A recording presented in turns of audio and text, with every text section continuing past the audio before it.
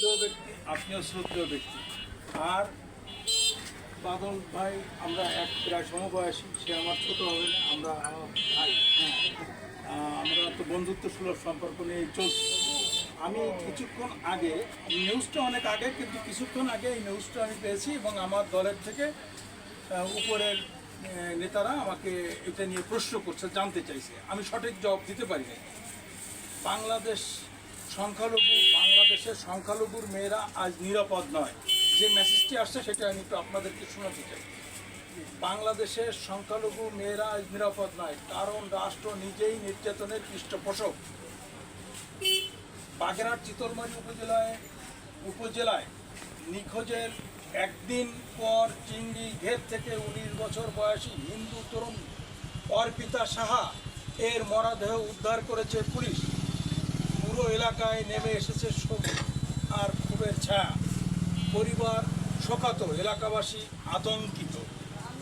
চিতলমারী বাজারের স্বনামধন্য ব্যবসায়ী আনন্দ সাহা কন্যা অর্পিত সাহা সোমবার সকাল থেকে নিখোঁজ ছিলেন। অথচ পরিবার জানায় তারা স্থানীয়ভাবে মেয়েটিকে খুঁজে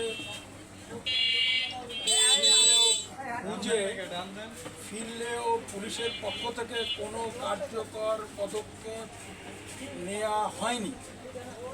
পরদিন মঙ্গলবার সকালে বোয়ালিয়া ভ্যান স্ট্যান্ড এলাকায় একটি চিংড়ি ঘেরে ভাসমান অবস্থায় তার মরদেহ উদ্ধার করে পুলিশ। অথচ অবাক করার মতো বিস্ময় হলো, পুলিশ এখনও এটিকে অপমৃত্যু বলে চালিয়ে দিতে চাচ্ছে। এলাকাবাসী এটিকে সন্দেহজনক এবং পরিকল্পিত হত্যা বলে দেখছে। তবুও ইউনূস সরকারের অজ্ঞাত পুলিশ বলছে অপমৃত্যু। এটাই কি সংখ্যালঘু নারীর হওয়া শাস্তি?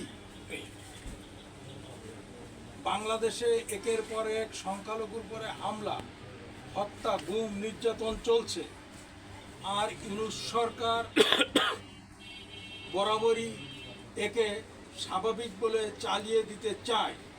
প্রশাসনের এই নির্লজ্জ নীরবতা কি এক ধরনের পৃষ্ঠপোষকতা নয়? আমার এই মৃত্যু যে অর্পিতা, আপনি কি অর্পিতার বাবা? আপনার নাম? আনন্দ সাহা।